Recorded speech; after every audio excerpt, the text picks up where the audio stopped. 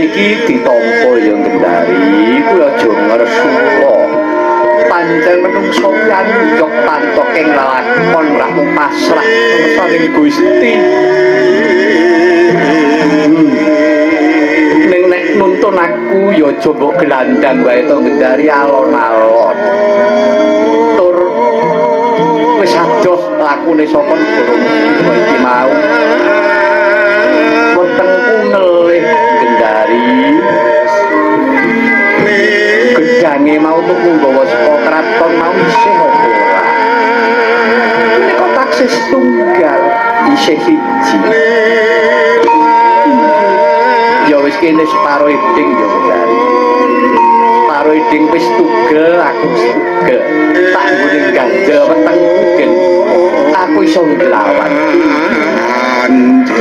monggo derek aku mampah lon-lonan yo ayo alon-alon bae yo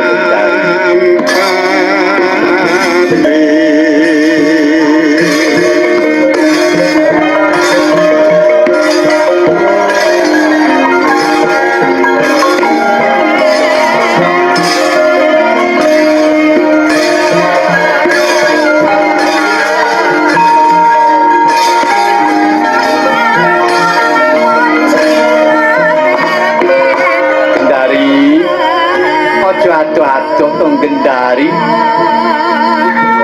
aku kok jombok culke Gendari tobat Destorastro lho kowe kok sengak tembungmu karo aku tong Gendari aku ngerti yen tau uripku bakal kaya mungkin aku biyen ora sudi aku ngladeni karo kowe lakonku kaya mungkin iki sejatine sapa sing luput ora nyomong adimu Prabu Pandu biyen anggone ngapusi karo aku nalika aku dadi putri boyongan jare aku iki diwengku kawan Prabu Pandu nanging kene ngopo aku dikon ngladeni karo picek wong sing picak ra werdalan ya kowe kuwi tobat Destarata mula dina saiki aku wis ora betah aku wis ora kuat montong karo jiwa ragamu wis sakarepmu mati ya karepmu urip ya karepmu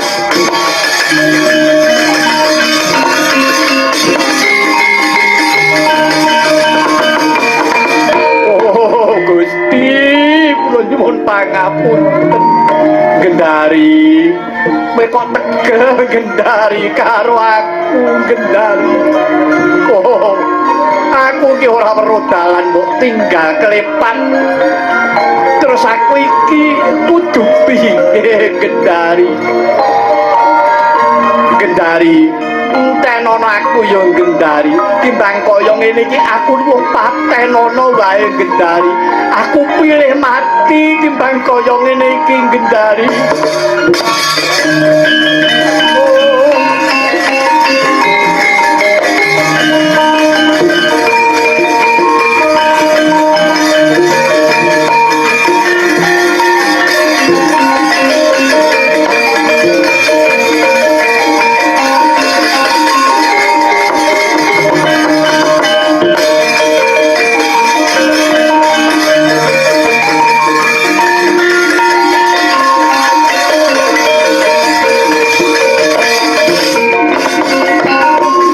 carita kaya ta mangkono Dewi Gendari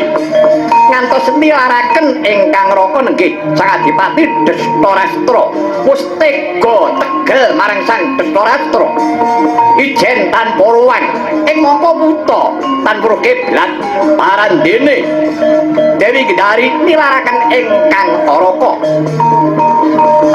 ngantos lumajar karendet-rendet sarirane nganti lukar kasemekane datan Den Arawati grubyuk kabotan pinjung eling-eling wanita nedya jemangkah kasrimpet penjalin cacing glundung jurang boh dadine Dewi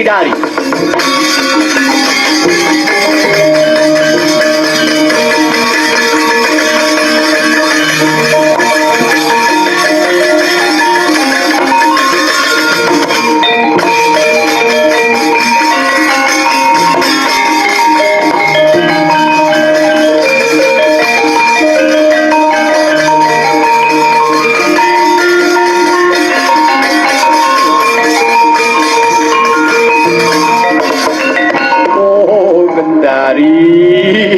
Gendari uripku kaya mengkene kok kowe tega tegel to Gendari ora macan galak aku badhoken ula sing mandi upasmu aku semburen kewan galak kowe padha ngroyoka karo aku timbang uripku kaya mengkene oh dewa dewa banjuten laruten jiwa ragaku dewa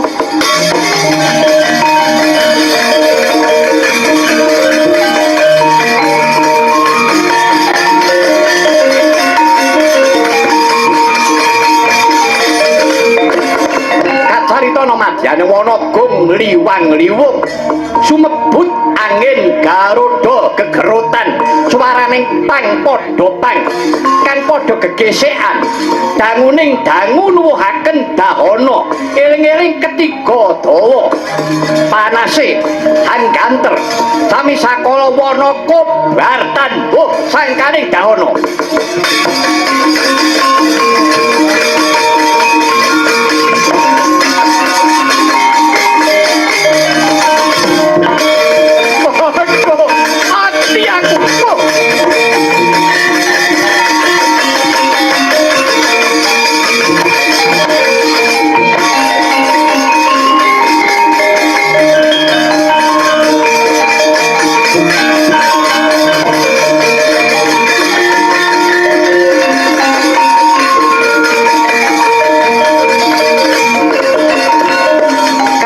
Dewi Kunti tali brata dupi mulat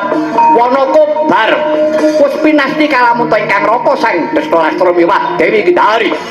sirna kobar wonten madyaning wana dalah kantaka Dewi Kunti mundur dadi royongan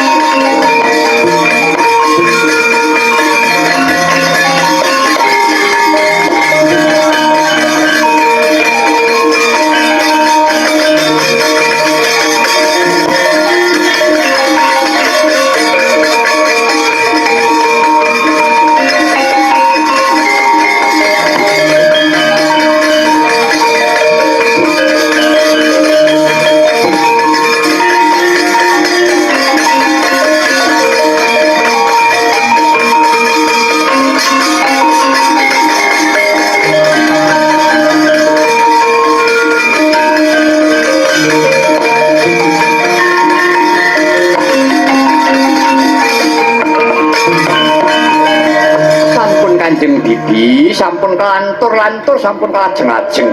anggen paduka muwun pancen kedah mekaten lampahipun Kanjeng Paman Adipati Drestalastra nggih anak Prabu milawis saking menika ing mangke reh ning Yayi Punta sampun kelampahan boyongan kondur dumateng negari Ngastina ungguling ayuda Pandhawa anggenipun nindakaken dharma Barata Yudha Jaya pinangun reh ning Yayi Prabu Puntadewa sampun nglenggahi dampar keprabon Ngastina mugi pinaringana tetenger Sang Prabu Kalimataya